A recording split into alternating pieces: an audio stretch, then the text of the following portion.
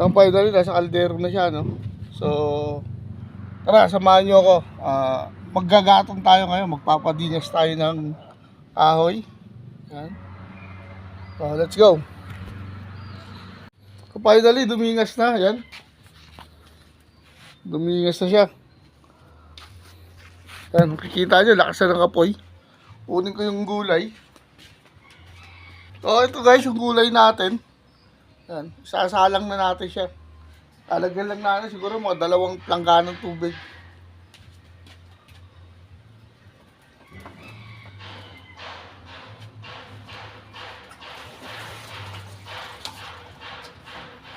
So guys, sasabawan natin.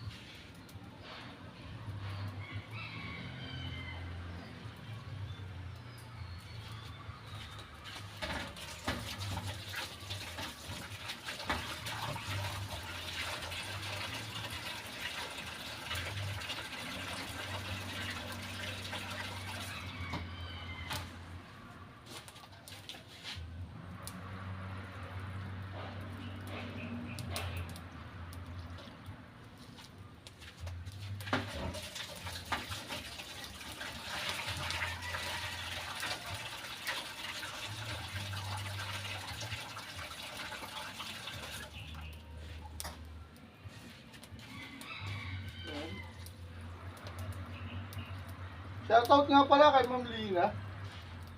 Nagpapabati si Ma'am Lina ng taga Santa Rita, Pampanga. Ma'am, maraming salamat sa pag-subscribe ng mga video ko. At sa mga kay Brian, yung tiyo namin, si Sir Brian, yung technical time official namin sa PU Ballers, sa Sangguniang Kabataan ng Basketball. Shoutout sa iyo, sir.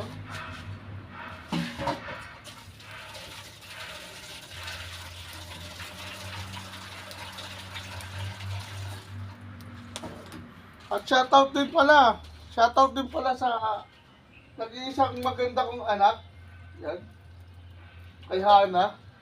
At dun sa boksingero kong anak, na si JR. Ang pareha gym, nagsasayaw na. So, shoutout sa inyo mga anak ko. Sipag lang. Makukuha din natin yan.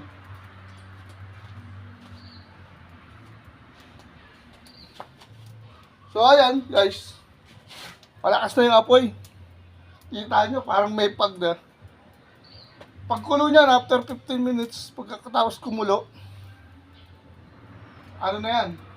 Pwede na yan, pakain. Kaya lang bukas na natin papakain yan. Kasi meron pa tayong pagkain dito. Para ngayong hapon. Preparation para bukas. Ito yung pagkain nila mamaya. Ayan. So, tinakpan ko kasi masisiyan. Masisipag yung manok dito. Masipag umakyat. So, for the meantime, yun lang muna video natin. See you soon. Pa-subscribe na lang pa. Subscribe na lang po yung mga video namin.